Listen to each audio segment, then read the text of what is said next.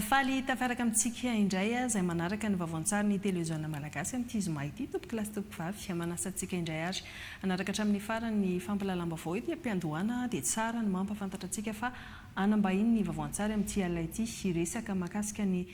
toy ny fizotra ilay fisoratana anarana biometrika ho an'ny olom-pirenena 18 taona miakatra isika ankoatr'izay dia isy fanazavana mikasika ny fampiasana drone ihany koa fa izay indray dia aoriany vaovao-tsary izany eo anatin'ny fandarana manokana no iresantsika ny mahakasika izay fampiasana drone izay fa isatarantsika ny vaovao aloha dia ndeha resaka mahakasika ny ny fihaonan'ny praiministra Mamitsina Rajaonarison sy ny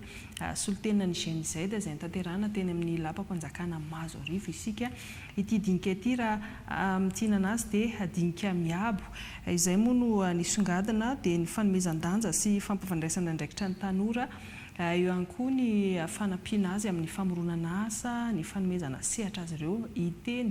izay amin'ny ankapobeny raha fehezana izany ny votoatin'izay dinika izay fa iaina ara-betany sy ajarazafy mpiasa no ilaza amintsika ny andinidiny misy kokoa. Tamin'ny 7 maraina no efa nitandrozotra niditra ny lapan'ny Mazorivo ireto solitena ny GNZ avy amin'ireo fikambanana maherin'ny zato avy amin'ireo faritra samihafa eto amin'ny nosy naneo ny fahavononany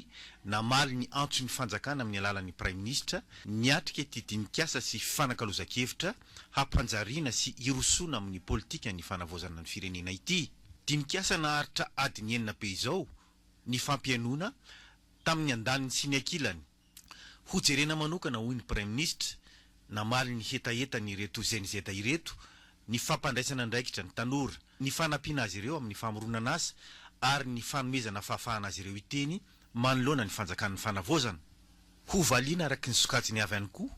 ireo fangatahana mifandraika amin'ny faritra ny aviny. Hajoro eo anivon'ny primatiora ihany koa hoy ny praiministra ny rafitra hanomezan-danja ny tanora hahafahana izy ireo mandray andraikitra. Ny taratasy nalefan'ny filohan'ny fanavozana tamin'ny praiministra hoe la jeunesse, fer de lance du changement et toutes les autres composantes de la société doivent être associées à cette œuvre. Dia io zany namafisana tamin'ny tanora hoe ao amin'ny fonony filohan'ny fanavozana ny tanora tena fototra iorenana sy mampahomby ny fanavozana ary dia eto amin'ny primatiora manokana moa zany anangana rafitra zany ahafahana mandray ny tanora mba ho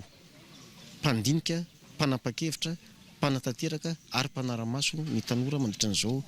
fanavozana zao. Zay zany amin'ny ankapobeny ny fintina ny fihaonana teto androany dia amin'ny lady moa hiaraka izay ho mariky ny atao hoe fiarahana sy fiombonana andray anjara amin'ilay krosy organisen'ny ministerin'ny tanora sy ny fanatanjahantena amin'ny fankalazana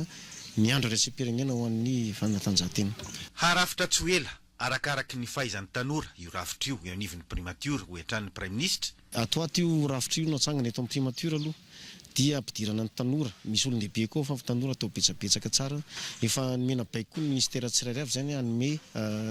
karazana réservé poste zany ho an'ny tanora fa kosa averina ihany fa fifaninanana no idiran'io izay méritant no miditra dia jerena daholo koa nefa ny tanora rehetra manerana Madagasikara fa tsy ny tolona ihany zay zany no ataoko hoe fanapa-kevitra manokana teto androany ny mpitolona tena jerena akaika fa nefa ny malagasy rehetra no tena karakaraina anatin'ny fanavozana zany. Mba hampisy ny mangarahara hifampizarana avokoa hoy ny praiministra teto ireo fitanana tsoratra voarakitra tamin'ity fihaonana teo amin'ny GNZ sy ny primatiora ity. Nandritry ny fotoan'iny ihany koa no nanontaniany mpanao gazety ny praiministra Mamitsina Rajaonarison mahakasika ny akony dian'ny délégation nantariny tany Washington ary nambaran'ny praiministra tao anatin'izany fa atsisika sy fifampiresana tamin'ny FMI sy ny banky iraisam-pirenena ny anatsarana ny famatsim-bola ho an'i Madagasikara no nisongadina tao anatin'izay dianjara nambarany ihany koa ny fisian'ny fifampirarana teo amin'ny fanjakana Amerikana ny amin'ny ampitomboana hatramin'ny 3 taona ny fifanarahana momba ny AGOA. Andrasantsika minitra vitsy ny fahavononana izay fanazavana izay fa manomana azy iaina ara-betany eo ambadika eo dia arosantsika avantany favonona fa mandra-pahafonina izay aloha dia resaka mahakasika ilay fikaonandoam-pirenena ihany koa isika satria anisany vaovao lehibe nampahafantarina ihany koa fa aroso amin'ny volana ambony io ny fanatanterahana ity fikaonandoam-pirenena ity satria naroso roa volana melohany tety andro napetraka zany raha ny tena marina araka ny toromarika avy amin'ny filohan'ny fanavaozana ny Repoblika ny Madagasikara naneho ny fahavononany anohana ny amin'ny lafiny maro moa ireo mpiara-monina antoka iraisam-pirenena ho hatrany ny ministra izay misahana ny fanavaozana izay araka ny fampitambavaon'ny Babi Stefana.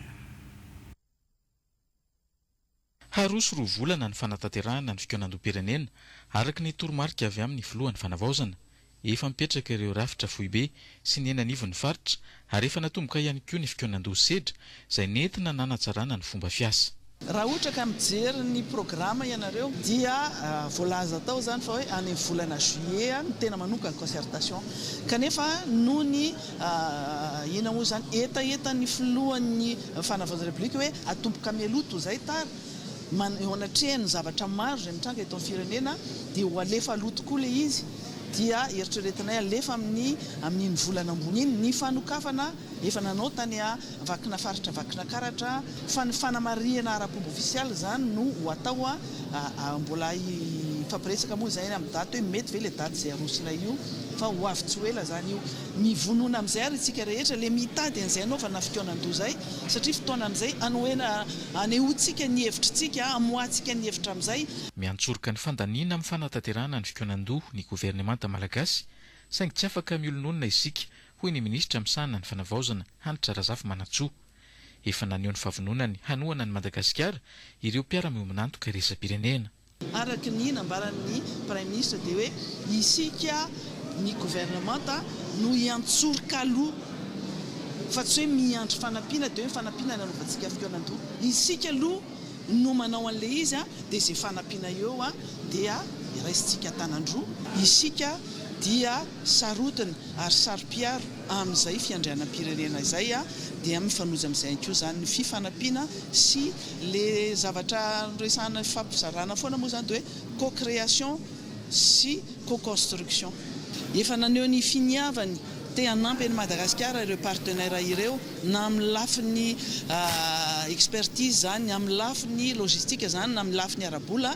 dia zay antony izay noho ny nanaovana an'le latabatra boribory mba hitana hoe inona ny ataony ny fitondram-panjakana dia inona ihany koa ny azony zareo atao ihany koa mba tsy hoe zavatra anankiray daholo no ataony zareo amin'ny sehatra anankiray fotsiny. Niompana tamin'ny famelabelarana ny tondrozotra ho an'ny fanavaozana sy ny fanatanterahana ny fikonan-doha-pirenena ny dinika an-databatra boribory ny arahan'ny solotenan'ny governemanta malagasy no tarihan'ny ministra misahana ny fanavaozana amin'ireo mpiara-mominantoka iraisam-pirenena.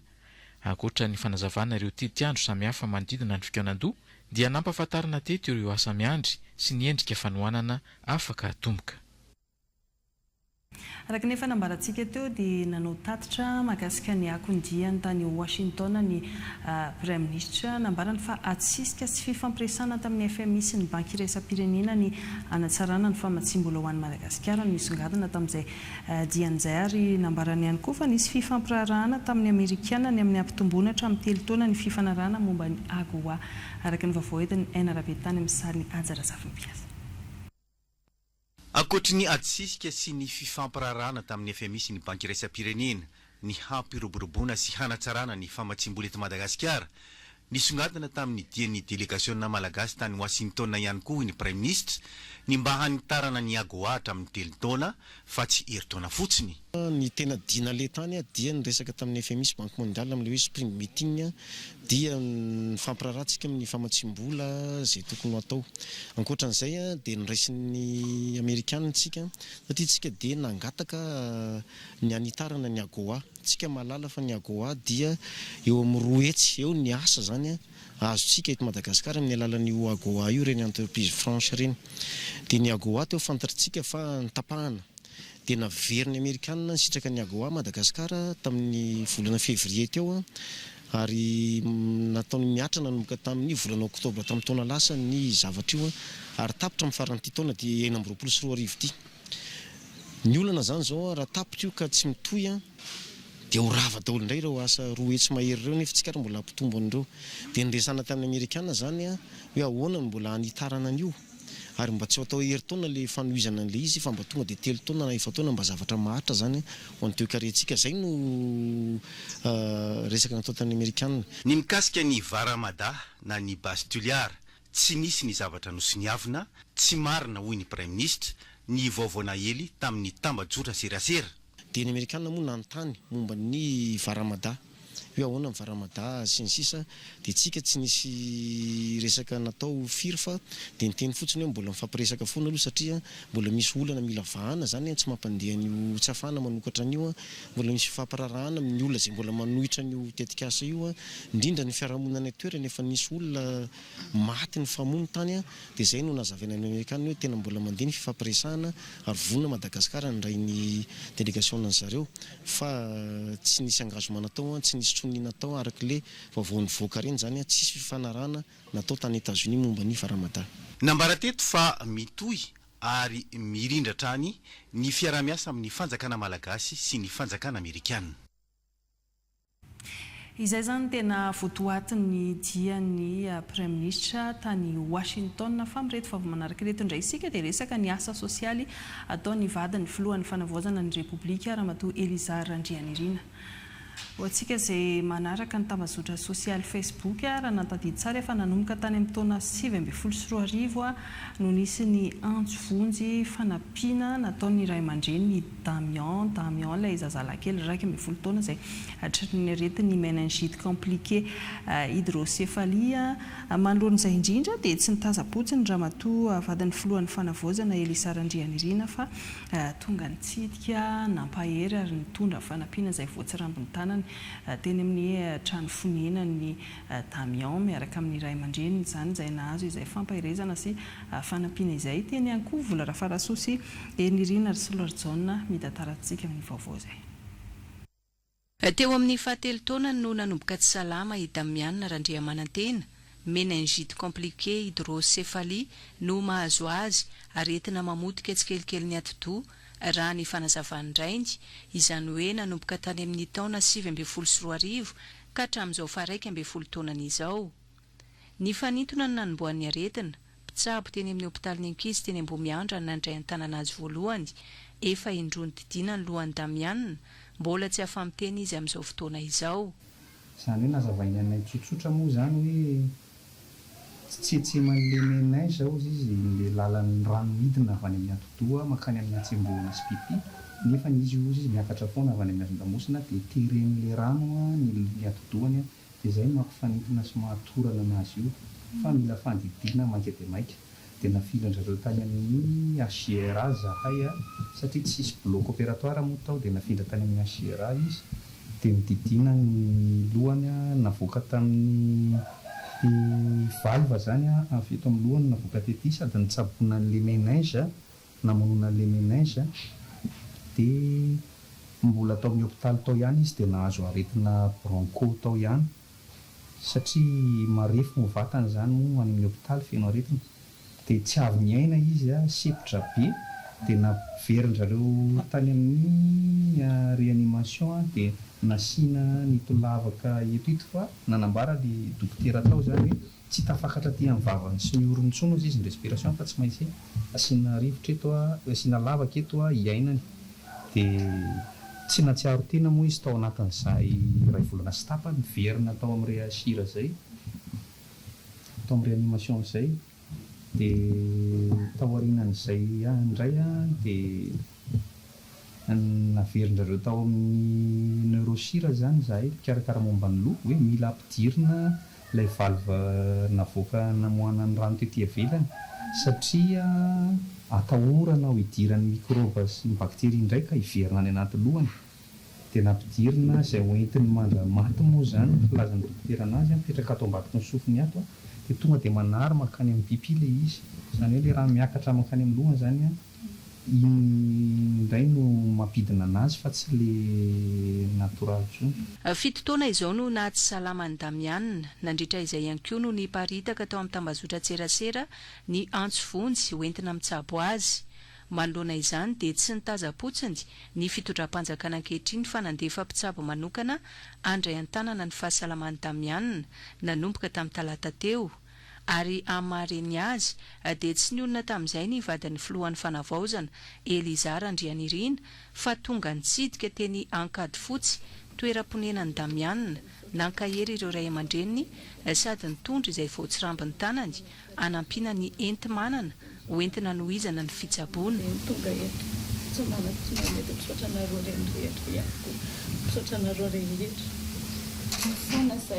Foana zay raha misy ny ilananay tena mankasitraka indrindra tompoko misaotra sy mankasitraka ny première dame zany tonga teto aminay ary tena faly zay satria tonga any amin'njareo ny antso avo zay ataonay nandritra izay ely zay dia tena hoe faly zay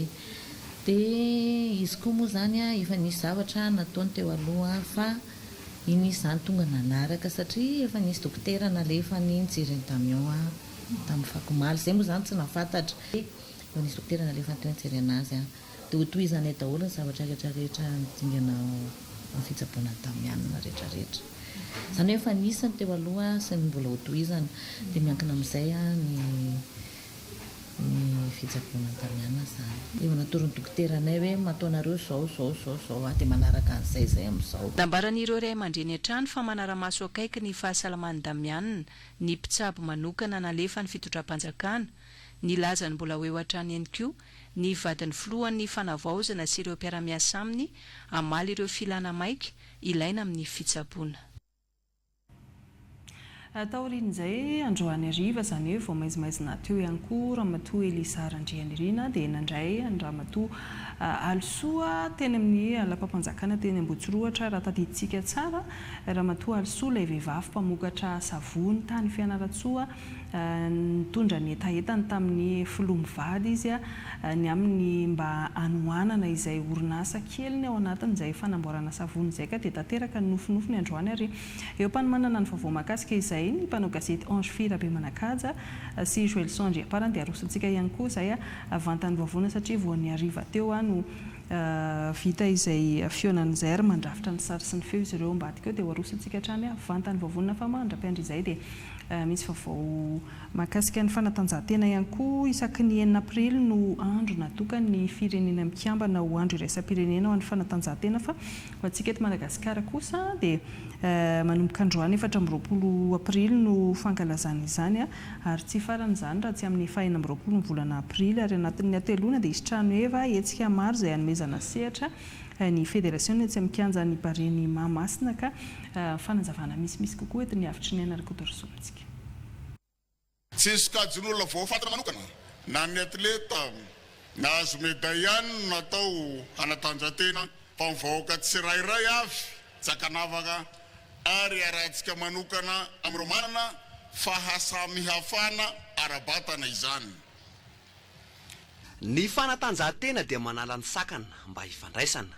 Io no teny filamatra amin'ny fankalazana ny andro iraisam-pirenena ho an'ny fanatanjahantena maneran-tany amin'ny taona 2024 teny izay manam-pirofo fa natao ho an'ny olon-drehetra ny fanaovana fanatanjahantena.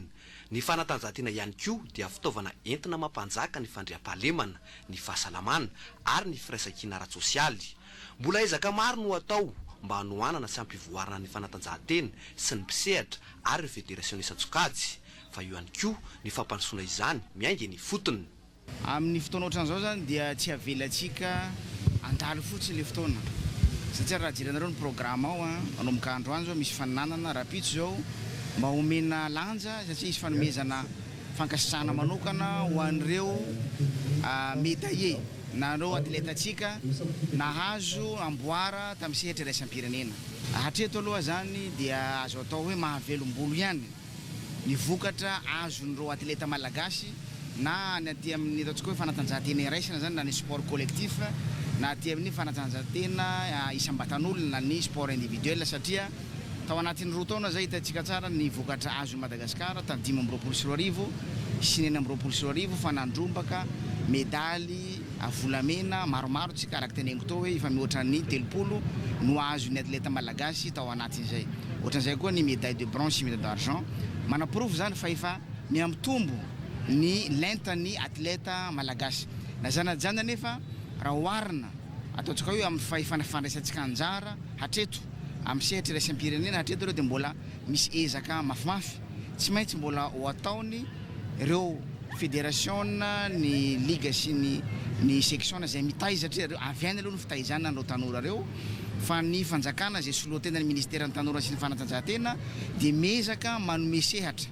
mezaka manamora ny fahafahany atletantsika manana an'izay tanjaka sy ny kalitao ary ny performance ahafahana mifanindana amin'ireo atleta amin'ny firenena maro samihafa dia mezaka izahay mampitombo ny fametrahana an'ireo fotodrafitrasa maro samihafa manerana Madagasikara mezaka izay manatsara ny fotodrafitrasa efa simba satria hatreto aloha zany mampalahelo izy satria tsika moa zany raha ny tokony izy raha ohatra ny firenena matanjaka reny ny commune efa mahavita manorina fotodrafitrasa maromaro samihafa na complexe zany na maro samihafa ho an'ny atleta na ho an'ny tanora tsy voatery hoe hitambarana ihany fa nahatrany amin'ny atoko sehatry ny fampianarana fa hatreto aloha zany dia tena ny fotondram-panjakana fohy be no mezaka manampy an'ireny commune maro samihafa manorina ary manatsara mezaka antsika amin'izao fotoana zao mba manakaikaiky kokoa ny commune satria vola maro samihafa no ilaina amin'izany ahafahana manampy an'ireny fotodrafitrasa sy ny équipement hoentin'ireo atleta miatrika ny fananana na atao anatiny na iraisam-pirenena mbola vola mitentana eo amin'ny 2 milliards d'ariary eo hatreto aloha no vola disponible eo ministère hoentina anampina an'ireo fédération mazava azy ny atleta miatrika ny compétition internationale tsy ampy zany zay mbola raha ny filana dia mbola eo amin'ny 20 isanjato ny filana hoentina miatrika ny fifananana raisam-pirenena amin'ity taona ity marina fa misy ireo mpiara-mambonantoka partenaire manampy ny fédération fa zay no anovanay hoe aezaka zahay amin'ity teti-bola-panjakana sy pantsina ity mba ampitombo 4-20 hely anio volana tokana ho anampina ny mpanao fanatanjahantena malagasy ho anampina ny fédération hoentina miatrika ny sehatra raisam-pirenena mba ahafahantsika mahazo vokatra tsara sy manosika lavitra ny ataoko hoe ny voninahim-pirenena satria ny tanora tia fanatanjahantena tsy vitany hoe miaro ny voninahitsy sy ny rery fa miaro ny voninahim-pirenena ary rehareham-pirenena foana izy ireny amin'ny zavatra atao maro samihafa ao anatin'ny 3 andro ny fankalazana no anomezana sehatra sy fankasitrahana ireo navita be amin'ny tontolon'ny fanatanjahantena eto Madagasikara amin'ity salon national du sport andian'ny faharoa ety ihany koa dia trano evan'ireo fédérationna maro no misy ety amin'ny kianjan'ny Barema Masina mba hisariana ny ankizy sy ny tanora amin'ny fanaovana fanatanjahantena misy ihany koa ny hetsika maro ao anatin'ny fankalazana izay farana ny alahady 20 avril ho avy izao anananjara sagoavana moa ny mpanao gazety izany amin'ny fanapariana ny vaovao mandidina izay fa hijanony amin'izay resaka asa fanaovana gazety izay indrindra ireto vaovao entina amintsika manaraka ireto nisy mpanao gazety avy amin'ny distrika telo mandrafitra ny faritra Itasy no nomeny fitaliavan'ny fikarohana sy fanofanana araka-ady mirindra fiofanana momba ny ady amin'ny vaovao diso sy ny fiarovana ny mpanao gazety ka tonga tany atoerana misy ny serasera sy ny kolotsaina gasikara fenosoa nanakatony izay fiofanan'izay sady niona tamin'ireo tompony andraikitra ihany koa Andriary Malala sy Malala Ariniavo no mampity izay vaovao izay amintsika faritra fahatelo ny sitraka ny fampiofanana mahakasika ny ady amin'ny vaovao diso sy ny fiarovana amin'ny mpanao gazety ny Tate Itasy pisehatra amin'ny asa fanaovana gazety 570 avy amin'ireo orinasany serasera miisa 10 no nanaraka ny fiofanana tonga nanolotra ny taratasy fanamarinam-pahavitana ny fiofanana ho an'ireo mpanao gazety ireo io maraina io no minisitry ny serasera sy ny kolotsaina toa lasa nanandrantena ny mpanao gazety avokoa ireo izay tsy nandalo fianarana ireo izay tsy nandalo fiofanana ary tsy niainana atao hoe déontologia sy ny etika sy izay rehetra mahay mikirakira azany tamadrotra izany ary mampalahelo moa lasa lapan'ny fitsarana lapan'ny famon'olona lapan'ny fanenjehan'olona ny tamadrotra serasera indrindra moa fa irony compte vaco irony isan'ny io fanazanentina taminareo hoe menaso atsika ve zany matsika mpanao gazety diteniko androany dia hoe raha mijoro amin'ny mamaky any ianao voalohany mijoro amin'ny etika faharoa ary mijoro amin'ny déontologie ianao dia tsy menasy ho atsika ireny ometsika voninahitra manokana androany ny mpanao gazety eto amin'ny faritra Itasy notsindrin'Andriamato minisitra fa ny mahamatianina sy ny fananana etika ary ny fanajana ny déontologie no antoka hiadina amin'ny fanelezana vaovao diso momba ny mpanagazety sy ny asa vanao gazety izay ihany dia sokatra rapitso amin'ny alalan'ny ajevitra etsy amin'ny avorianosy ny fankalazana ny herinandro fanamariana ny andro iratany ho an'ny fahalalany asa fanaovan-gazety ny CTOJM sy ny fikambanan'ny mpanao gazety no ikarakara azy manontolo ary manohana sy manamora ny hetsika rehetra ho atao mandritra izany kosa ny ministera ny serasera sy ny kolotsaina ary isongadina ny fanomezana maro-pakasitrana ao andreo mpanao gazety na vita be amin'io andro ny fahatelon'ny volana Mey io ary misy ny fampahafantarana natao tamin'ny mpanao gazety mandidina ny atsipirian' izay fandaram-potoana izay ho arahantsika amin'ny fandraisam-peo an'ny Vola Rafarasoa eo amin'ny Sany Rodriguez Afimaly. Ny zavatra tsara marina dia hoe ny fahatelon'ny volana Mey dia tsy sanatria fety fa fotoana andiniantsika mpanao gazety ny mahazava-dehibe an'izany hoe lanja ny fahalalana ny asa fanaovan-gazety zany inona no efa tratra, inona ny tena ezahana ho tratrarina ary tsy mety tratra mihitsy ary inona ny olana ahafahantsika tsy ahafahantsika manatratra an'izay. Ny lohahevitra amin'ity taona ity dia mifandray amin'ireo zavatra misy maneran-tany ny ady dia ao anatin'izany ahoana zany ny anjara biriky ny mpanao gazety amin'ny fametrahana ho avy ao anatin'izay tontolo ny fandriam-pahalemana dia izany zavatra ny entina amintsika hoe manana anjara asa lehibe tsika amin'ny fampirindrana fandaminana ny fiainan'ny fiarahamonina dia ny fahatelon'ny volana Mey zany dia hoentina indrindra iresahana ifampiresahana amin'izay ka tsy ny ministera velively fa ny ministera dia mijanona amin'ilay hoe mametraka tontolo ahafahan'ny asa mivelatra araka ny tokony ho izy ary ao anatin'izay dia hoe manome sehatra isika samy mpanao gazety isika fikambanana isika mpisehatra ao anatin'ilay tontolo mba ahafahana tena miresaka n'ilay olana fototra ka ahafahan'ilay sehatra makany amin'ny tsaratsara koa dia izay ny tena hoe ataon'ny ministera. Ny teboka kely anankiray ngamba ny hoe ny zavatra tena nandraisan'ny ministera anjara ihany koa ho amin'ity fanamariana ity noho ny fangatahana sy ny fifampiresahana tamin'ny mpanao gazety dia hoe marobe ny mpisehatra hita mahazo fakasitrahana isika mpanao gazety ohatra ny tsy dia hita loatra izy ilay fakasitrahana nefa ny asa ataontsika ao anatin'ilay tontolo misy amin'izao fotoana izao dia misy anjara biriky lehibe hoentsika na dia eo ary ny fanakianana isan'andro ahafahantsika miroso amin'ny tsaratsara kokoa foana hatrany zany dia amin'ilay fahatelon'ny volana Mey dia eo no misy an'ilay fanolorana n'ilay mari-pakasitrahana avy amin'ny Repoblikan'i Madagasikara dia ny arivan'iny isian'ilay hoe andao isika samy mpanao gazety satria misy génération maromaro mifangaro tsika tsy mifankafantatra intsony dia mba amafisina ilay fifankafantarana mba isiany fifantsiana fifanondrona rehefa eny an-kianja eny amin'ny sehatra amin'ny akapobean'ilay fanatanterahana ny asa fanaovan-gazety. Io ataontsika hoe semaine de célébration io zany dia maka endrika maro ao ny adihevitra izay resahana mahakasika an'ireo mpisintona lakolosy resahana ihany koa mahakasika ny fifandraisantsika mpanao gazety amin'ireo mpitandroko filaminana amin'ny firaisamonim-pirenena ao ihany koa ny atao hoe master class zany hoe fanomezana fitaovana eny anivon'ny anjerimanontolo fanomezana karazana formation kely master class zany hoe ahafahan'ireo mpianatra ny anjerimanontolo ireo koa mpandray andraikitra mpandray anjara amin'ny ady amin'ny vaovaoninina ny disono na des informations. Eo ihany koa master class izay miaraka amin'ny association des femmes journalistes de Madagascar eny anivon'ny collège miarahana amin'ny UNICEF koa amin'izany ahafahan'ireo mpisehatra ihany koa miady amin'izay vaovaoninina ny disono izay indrindrandrindra moa eny amin'ny tambazotra-tserasera. Eo ihany koa ilay atao hoe fanofanana mitety vohatra na hoe formation itinérante izay ho atao eny amin'ny RN7 ary eo ihany koa fametrahana fototra anankiray réseau anankiray mpanao gazety ety anivon'ny ranomasimbe indiana réseau de journalistes d'information indien miaraka amin'ny internet satria zava-dehibe tsika nosy tsy afaka mionona amin'ny eto misy amintsika ary indrindra koa atsika mpanao gazety sehatra rangezabe ihany koa ahafahana ataontsika hoe mampitombo manome lanja kokoa ny feo atsika eto Madagasikara erak'izao tontolo izao ary nyteboka raha tena ngezabe ihany koa dia mahakasika ny fifananana dia fanasana antsika rehetrarehetra fifananana na lahatsoratra io an-gazety io na vaovao io na reportage io amin'ny télé amin'ny radio amin'ny mpanapaka ihany koa mahakasika ny lohahevitra malalaka anankiray zany hoe ny fandriam-pahalemana na la paix. Zay zany ireo production ireo dia efa manomboka izay production atsika nanomboka tamin'ny taona aprily 2024 ka hatramin'ny volana jona. Amin'ny volana jona zany tsika no anome fankasitrahana an'izay production tsara indrindra ny fanasana antsika andray anjara amin'izay dia fifananana ihany koa ho an'ny mpianatra moa zany mpianatra koa mpanao gazety dia ny ivony moa zany lefa nitenen'andriamatoa sy sekretera général teo dia niavy teny hoe izay ataontsika hoe mena mahadoranatra sy makasitrano antsika mpanao gazety na vita be ho an'ny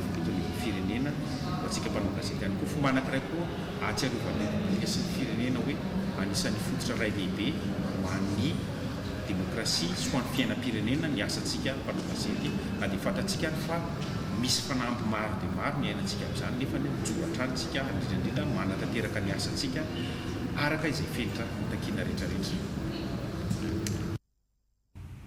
Fandaram-potoana ho an'ny andro iratany ny fahalalany asa fanaovana gazety izay noresahana teo izay fa androany ihany koa no andro iraisam-pirenena ho an'ny boky. Ny boky izay fantatsika tsara fa anatin'ireo loharanom-pahalalana tsy mety le filaza ary tsy tontany ela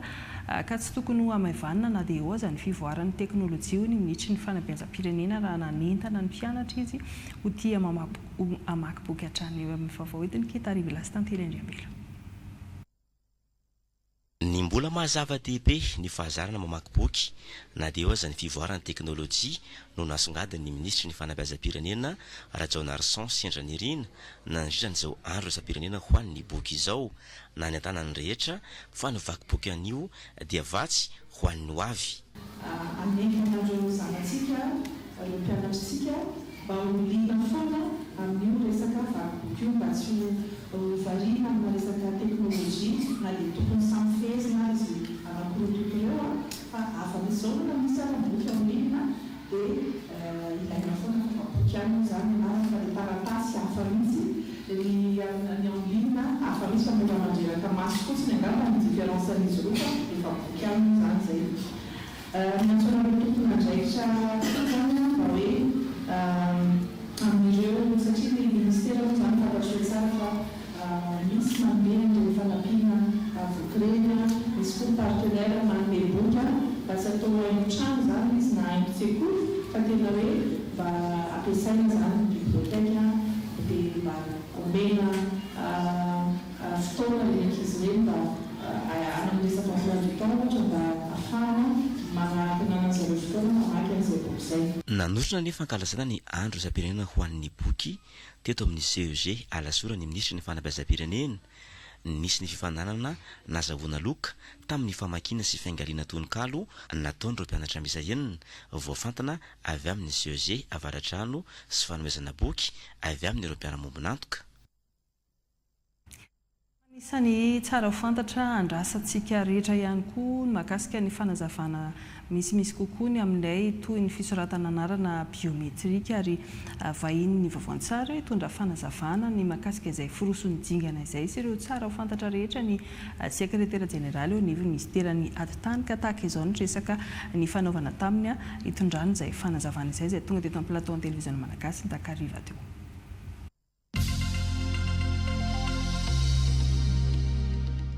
Araka izany dia miaraka amintsika eto ny sekretera jeneraly eo nivy ny ministerany aditany Ramatoa Nalisoa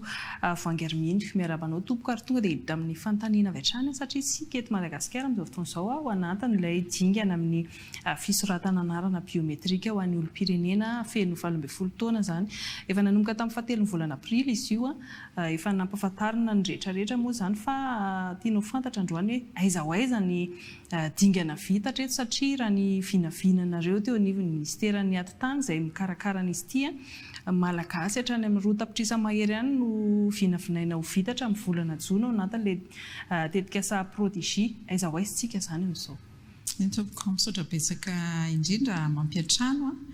dia faly miarahaba anao sy miarahaba ny mpanaraka ny televiziona malagasy tompoko.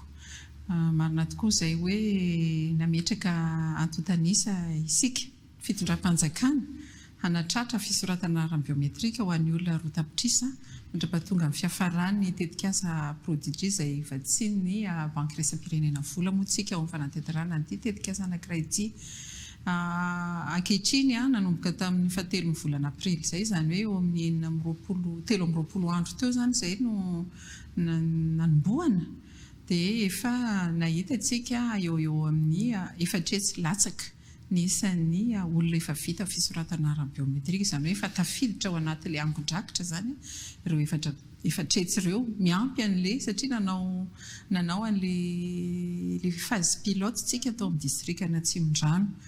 Hatreto eo amin'ny 13 district amin'ny 20 zany nefa misy efa nanomboka daholo ny fisoratana anarana ary tsy eo amin'ny le renivohitra district ihany fa efa midina eny anivon'ny boriboritany-panjakana no efa misy ihany koa ka eo amin'ireo boriboritany-panjakana nisa 727 sy arivo ireo efa misy arivo latsaka no efa misokatra daholo efa afaka mandray olona daholo. Eo zany tsika aloha zany amin'ny antotanisa afaka zaraina. Zany manahoana zany amin'ny ankapobeny ny fahavitrihan'ny olona manatona ao anatin'izay fisoratana anarana izay hatreto. Amin'ity tetikasa anankiray ity tena hoe nampiaiko tokoa ny hoe fahavitrihan'ny malagasy. Misy ny fanentanana maro izay mandeha dia tena tonga marobe ny olona eny amin'ireny toerana izay ahafahana misoratra anarana ireny. Izay indrindra misy ara-malahelo mihitsy rehefa mikatona ny androany ny birao dia miverina ny ampitsy satria tena miazakazaka ny olona manao an'ilay izy ary mbola fotoana moa izao satria mbola manana hatramin'ny 30 volana jona isika ahafahany rehetra manao an'izay fisoratana anarana izay. Voalazombienibieny moa ao anatin'ny dingana amin'ny fanavaozana eto amin'ny firenena ity fisoratana anarana biometrika ity fa inona marina zany ny tena tanjona sy ny tombony amin'ny firosoantsika amin'izy ity na dia efa nisy aza ny fampahafatana tsara angambany hamafisitsika hatrany izay. Ny fisoratana anarana biometrika ito moa zany dia tena hoe fanavaozana fototra ny antotanisa ho kirakirainy fitondram-panjakana satria hafa foana zany hoe firenena manana ny mombamomba ny olona ao anatiny. Io zany ny azahoantsika antotanisa marina azo trandrahana ampiasaina amin'ny fampiarana ny politika-panjakana rehetra. Ny teny fanavaozana ianao teo dia tena izay tokoa satria raha ny fanentanana teny manentana amin'ity fisoratana anarana biometrika ity dia hoe manomboka amiko ny fanavaozana. Hatretontsika hatramin'izay dia ny atota-kevitra biografika no ananan'ny fitondram-panjakana izany hoe ny mombamomba ny anarako ny ray aman-dreniko ny toerana nisy azy ny ohatr'izay zany nananantsika hatramin'izay dia io no nampiasaintsika nanaovana andreo titre na identité isan-karazany karapanondrom-pirenena, passeport, permis de conduire fa amin'ity fanangonana rakitra biometrika ity zany dia miampy ny sary lavitondro folo, miampy ny sary ny atimaso, miampy ny sary ny endrika. Zany hoe rehefa feno ireo dia tsisy tsony ny fitovizana. Zany hoe tsy misy an'ilay ataontsika hoe doublant, tsisy zany. Tsisy ny olona tena hoe hitovy ny sary ny irisa zany tsy misy. Ohatr'izay koa ny sary lavitondro folo zany tsy na tena ilay tonga amin'ny teny frantsay hoe vrai jumeau aza tsy anana an'ireo singa biometrika ireo tena mitovy. Zany hoe tena voamarina fa za marina ty olona ty zay le hoe zaho tokana zay mihitsy le natao teny manentana ao anatiny hoe zaho tokana satria tsisy hitovy amiko tsony zany rehefa omena ny fitondram-panjakana ny mombamomba rehetra dia ho tehiriziny fitondram-panjakana zay ary ho ampiasaina indrindra amin'ny fandrafetana izay politika-panjakana rehetra zay fanatetarahana ny politika-panjakana zay ny tompoko. Azafady fatapaha-kely eo amin'izay resaka fanangonana angon-drakitra zany hoe mombamomba ny olona anankiray manokana izay fantanena manitikitika ny olom-pirenena dia hoe ahoana ny fomba azon'ny olom-pirenena antoka zany fa tena voaro ny atota taratasy zany hoe izay angon-drakitra mombamomba ny olona izay. Ie, tsara tokoa ny mizara an'izay satria mila rehefa ho alaina mombamomba mahakasika fahiziny io tena saropady zany zavatra zany ny identitén'ny olona tsirairay tsy ho tonga eny ampelantanan'ny olona tsy tokony kirakirana izany. Amin'izao talohany nanomboana ny hetsika dia efa mipetraka daholo ny rafitra rehetra amin'ny fandraisana n'ilay angon-drakitra, ny fitehirizana ny angon-drakitra, ny fahafahana mikitika n'io angon-drakitra io. Dikan'izay zany tena hoe voaro, tsy misy mampanahy zany fa tena hoe iantohan'ny fitondram-panjakana ny maha azo antoka sy mahavoaro tanteraka an'ireo angon-drakitra rehetrarehetra ireo. Misy ny interopérabilité amin'ireo angon-drakitra ireo amin'ireo service mpanjakana izay ampiasan'izay fa voatazona foana ilay hoe olona efa omeny lalàna fahefana mikirakira azy zany hoe kirakira ilay izy. toizantsika ihany zay rehefa avy eo raha matoa sekretera général ny ministerany ato-tany fa misy fantanena manidikitika aty sady manidikitika ny olom-pirenena eo ny tompony andraikitra ho an'ny vondrom-bahoaka itsinjaram-pahefananao ary aroto kely ihany makasika ny resaka sefoko-tany anisany somary nisy resaka teny anivon'ny fiarahamonina tatoato ny makasika an'ilay no tenen'ny filohan'ny fanavaozana ny makasika ny hidirantsika amin'ny fanendrena vonjomaika ny filohan'ny fokotany inona ny voalazany lalàna mahakasika izay mba azava amin'ny olom-pirenena tsirairay zany ny makasika n'iny fanazavan'ny filohan'ny fanavaozana iny. Eny tompoko, makasika ny fanendrena ny lehibe ny fokotany fanatanterahana ny toromarika ny Andriamatoa filoha ny fanavaozana ny repoblika iny tokoa dia misy ny didim-panjakana izay noraisiny teo anio filakevitry ny minisitra ny amin'ny hoe ho tendrena aloha efa fantatsika rehetra fa iroso amin'ny fakakevitra nasionaly tsika na le tenentsika foana hoe concertation nationale iroso amin'izay fikaonando izay zany ny sika manerana ny nosy iainga avy any amin'ny fototra mihitsy ny zavatra io hoangona daholo ny hevitry ny rehetra ohatra trinina tokoa moa zany ny tondrana ny rafitra rehetra amin'ny feny fanjakana dia mivoaka orinan'izay zany izay zavatra izay ankehitriny nefany tsy afaka mbola hiandry an'izay tsika satria ny raha ny fokotany mandeha ny fiantohana ny fandriam-pahalemana ny fotony tsy maintsy misy olona amin'ny tompona andraikitra amin'izany ny fanadiovana sy ny politika akapobe ny fanjakana tanterahany ny fotony zany dia lehibe ny fokotany no miandraikitra izay zavatra izay. Tsy afaka hiandry zany tsika hoe mbola iroso amin'ny fifidianana andreo zay vao misy tompona andraikitra ny fotony fantatra koa ny zavatra manery amin'izao fotoana izao amin'ny resaka reo fanakianana makasika ny lehibe ny fokotany amperinasa amin'izao fotoana izao nandray an'izay fanapa-kevitra izay zany ny fitondram-panjakana hoe andeo aloha tendrena ary zareo fa orinan'io kosa nefany dia hipetraka tsara amin'izay hoe izavy ny institution mila tendrena ny membre ao anatiny izavy satria miresaka fokotany zany tsika dia mbola ho avy any anatin'ny adievitra any anatin'ny fikaonandoha pirenena ny hoe hijanona subdivision administrative ny ministère ny atany sy ny fizaram-pahefana ve satria izay aloha ny statut sa tamin'ny feny fokotany amin'izao sa ho avadika ho vondrom-bahoaka paritra itsinjaram-pahefana sahala amin'ny hoe ny commune sy ny faritra mbola adievitra andeha zany ho tonga ilay mbola tabatra zany zavatra zany rehefa tonga ny fikaonandoha-paritra sy fikaonandoha-pirenena fa amin'izao aloha dia nandray an'izay fanapa-kevitra izay mba ahafahana mife manatanteraka ny asany fotony tsika zany hoe vonjy maika zany le fanendrena atao amin'izao fotoana izao. Fa ireo mpiasany anivon'ny fokotany ireo amin'izao fotoana izao sy fokotany mbola nisan'ny miandraikitra tanteraka ity enrôlement biométrique ie ary ankasitrahana azy ireo satria tsy nisy mety arahitana miepaka amin'ny fanatanterahana ny asa indrindra ity fisoratanarany biométrique ity izay tsy afaka miandry satria tapitra amin'ny 30 volana jona io tsy afaka hiandry dia mandeha ary mbola nanankinana feno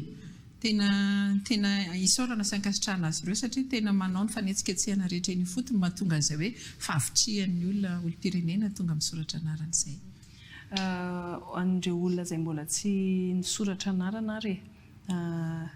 inona no tokony atao inona avy ny zavatra tokony hoentina aizany tena tonona andao tsy ndritsika farany ho an'ireo izay mbola tsy litra tamin'izay zany ho an'ny dingana manaraka. Tompoko ho fanentanana antsika rehetra 20 taona miakatra malagasy zay aloha zany no ataontsika amin'izao fotoana izao fa tsy hoe izay olona mipetraka eto rehetra akory fa ny malagasy aloha no ataontsika ny fanentanana dia hoe fotoana anankiray fanararoatra ho iato eo tongava misoratra anarana biometrika tsika mitondra raha efa manana ianao dia mitondra karapanondrom-pirenena mitondra kopina terana fa raha tsy manana ianao dia mitondra vavolombelona anankiroa zany hoe ireo vavolombelona ireo kosa aloha tsy maintsy efa ao anatin'ilay angon-drakitra biometrika zany hoe efa soratra anarana mialoha izy dia afaka mijoro vavolombelona amin'ny miteny hoe io rakoto tokoa io na rabe tokoa na rasoa tokoa io miaraka amin'ny singa rehetra ho alaina ao anatin'izay zany hoe tsy manavaka zany le fisoratanarana biometrika dia boka faharongezabe koa dia mahaimaim-poana tsy andoavam-bola mihitsy ny fisoratana anarana biometrika na ho atao eo anivon'ny renivohitry ny distrika na eny anivon'ny boribory-tany mpanjakana na any amin'ireo satria manko misy kit tena hoe ultramobile ny antsointsika azy zany hoe azo batabataina mihitsy mety hoe hoentiny eny amin'ny tobo manokana any amin'ny hôpitaly mety hoe hoentiny eny amin'ny zone franche mety hoentiny any amin'ny ministère zany hoe na manao an'izay ary dia mahimaimpona foana tsisy vola aloha na ariary aza ny fisoratana anarana biometrika efa misy numéro vert moany iantsony izay olona mahatsapa fa tsy manatanteraka an'izay ireo olona nanankinana an'izay asa fisoratana anarana biometrika zay ngamba no tiana teboka fatelo dia hoe tombony ho an'ny tsirairay io fa tombony ihany koa ho an'ny fitondram-panjakana tombony ho an'ny tsirairay satria eo zany ny anana ny fahizina amin'izay ekeny lalàna sy voaro ahafahany misitraka ny servisy-mpanjakana rehetra tokony isitrahany tombotsoan'ny fitondram-panjakana izy satria araka ny tenena teo hoe io no anana ny fitondram-panjakana ankodrakitra azo antoka ahafahana mandrafitra andreo politika mpanjakana rehetrarehetra mety hoe fanabiazana mety hoe fahasalamana mety hoe fananany tany be da be zany ny zavatra ampiasaintsika ao anatin'ilay izy ao aorianan'ity ankodrakitra ty rehefa vita daholo ny olo-pirenena rehetra dia hostominy ao anatiny io zany ireo ataontsika hoe titrana identité isan-karazany zany hoe dingana any oriana mihitsy zany zay zavatra izay feny dia feny izay fanazavana izay ramatoa sekretera jeneraly ministeran'ny atitany no mahakasika ny idiran'ny olo-pirenena valambin'ny taona miakatra amin'izay fisoratana anarana biometrika izay noana fa tafita amintsika ny fampahafantarana rehetra dia ankasitrahany indrindra no tompoko nytony izay fanazavana izay dia toizantsika ny vaovao makasitraka indrindra tompoko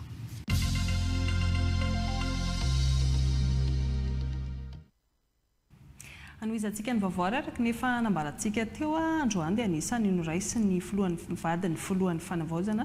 ramatoa Eliza Randrianirina tetsy amin'ny lampam-panjakana Ambohitsoroatra ilay renim-pianakaviana iray antsoina hoe Alsoa izy izay mpamokatra savony avy any Fianaratsoa any nangataka tohana amin'ny anitarana izay fiveloman'izay ny fahaiza-manao tamin'ny vadiny filoha ka izao nazo izay tolotanana izao araka ny vaovao etiny Ange Firabeminakaja sy Joël Sange Apala. Izy no gazana manga Alsoa Fetranirina Georgine, tompony orinasa Alsoa mpamokatra ny savon cosmétique, savony fanasana tarehy sy fanasana volo, vita amin'ny vokatra natoraly 100%. Nandritra ny fitsidian'ny vadiny filohan'ny fanavaozana ny Repoblika,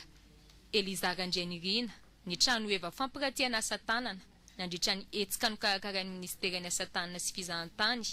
natao tany Fianaratsoa no nahatafahona azy sy Alsoa. Nanometoky anoana azy ny vadiny filoha no izy fitaratra amin'ny fahasahenana nanao fikarohana, na dia maro ny mety sedra nandalovany. Tanteraka ny fanomezany toky natao ny vadiny filohan'ny fanavaozana. Noraisiny teto amin'ny lampam-panjakana Ambohitsoroatra i Alsoa ka notolorany tohana ho fampiroboroboana ny orinasany. Mbola tsy nahazo fanampiana sy fitiavana lehibe tahaka izao avy amina ray aman-dreny eto amin'ny firenena i Alsoa araka ny nambarany. Izao zany mba teniko tena misaotra ny reny tena atao hoe reny na dia atao hoe zanaka aza mataona fa tena reny tena mitsinjo mihitsy tena mitsinjo taitra ny mbola nisy salan'izao tao Fianaratsoa tsy mbola tadidiko ary tsy mbola hitako fa dia tena misaotra azy mivady mihitsy dia mbo ela fanapahany eo ankoatran'izay koa dia madame la ministre izy ny tena nikarakara sy tena betsaka tsy hitako intsony no tenenina ny hafaliako fisaorako an'Andriamanitra mbola natoy izao fa na dia efa 7 taona za dia men'Andriamanitra hery sy tanjaka ary izay no mba toro hevitra mbo omeko ny tanora azakivy amin'ny zavatra rehetra atao fa mandalo sedra aloha ny fiainana fa tsy tonga amin'izao fotsiny hoe dia izao no natao dia izao no atao dia vita indray ve izao le izy tsika malagasy taloha dia efa nahinanao savony na dia tsy nasiana ny produit chimique io noho izany garantie 100% tsy misy effet secondaire zany mihitsy. Za zany tany fahavaloambinipolo taona zany hoe tany amin'ny 2018 navitako n'le fikarohana mamboatra savony cosmétique fanasana loha dia fanasana tarehy dia 7 taona lasa zany zay nampiasako azy fa vao 3 taona fotsiny kosa zay namarotana azy zay ny mbola mahasarosarotra n'le fonony ka nrefa dia miezaka trano moa zany sady betsaka ihany koa ny mpanampy amin'le hoe mikaroka ny fomba amonosana azy sy ny atonga azy ho lasa lavidavitra ho tonga amin'ny certificat de conformité fa tsy hoe midimidy kely eny fotsiny dia vita. Nankasitraka ny vadin'ny filohan'ny fanavaozana ny minisitry ny fizahantany sy ny asa tanana ny amin'ny fijoroany hatrany ho reny manohana ny mpanao asa tanana. Arak'izay nambara teo izay misehatra izay asa tanana izay fa amin'ny fizahantany dia mamolavola paikady hisarihana mpizahatany vahiny hitsidika ny morontsiraka andrefana Madagasikara ny ministeran'ny asa tanana sy ny fizahantany amin'ny alalan'ny fampidirana ny mpitaridia misehatra ara-dalàna araka ny vaovao tao anatin'iny ihany mbola hoentiny Ange Firabe Manakaja sy Joël Sandriaparana.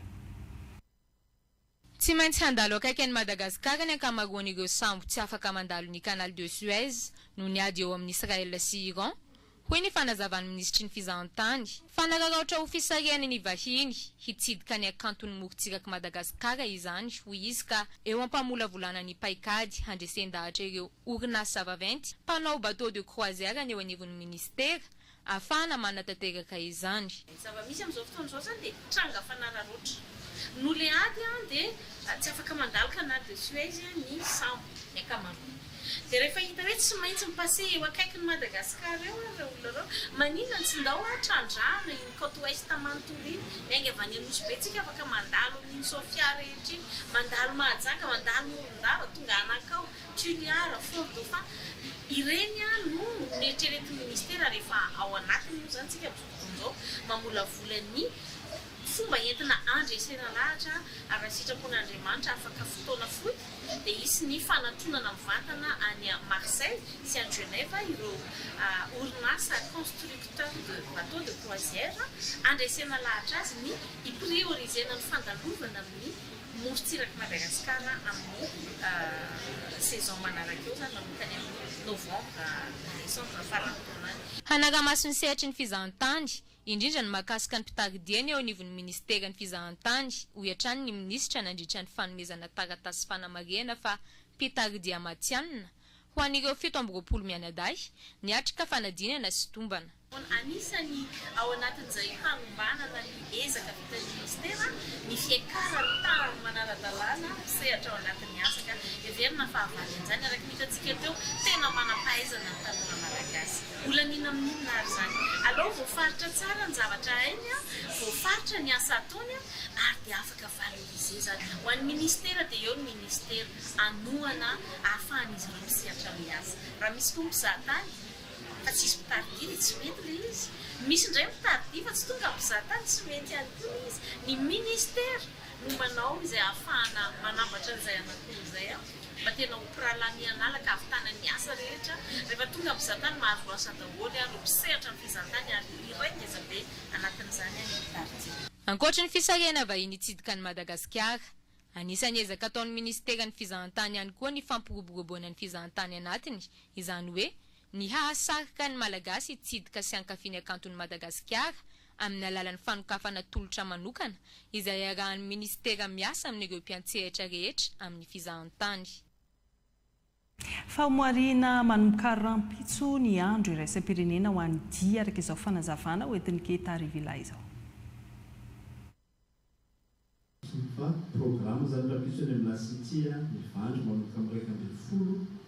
hatramin'ny 4 eo misy natao initiation dans son couple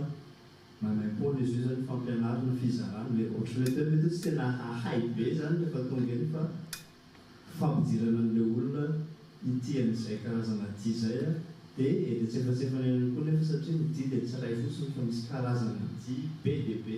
eto Madagasikara fotsiny fa rehefa zao tontolo zao dia misy démonstration na danse zany eritsefatsefan'izay fampianarana izay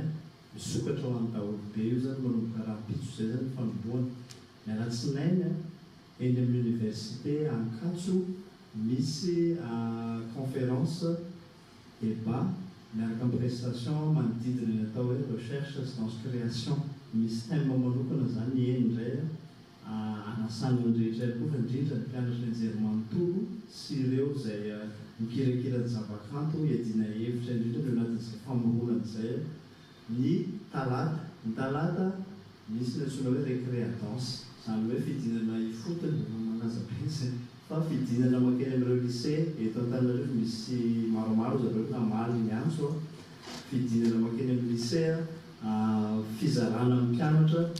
eny anatin'ireo lycée ireo zany misy fanetanana ny zareo no makasika zay fampafantarana le journée mondiale de la danse zay fa eo ihany koa le démonstration mandritra ny récréation zareo efa ny fampiasana tamin'ny tompona andraikitra teny zany ny famanana anazy moa zany ho an'ity hetsika anankiray ity zany le 29 avril ao amin'ny auditorium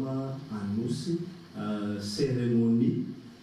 officielle ny célébration misy danse ihany koa moa zany eo fa misy ny fandraisam-pitenenana maro samihafa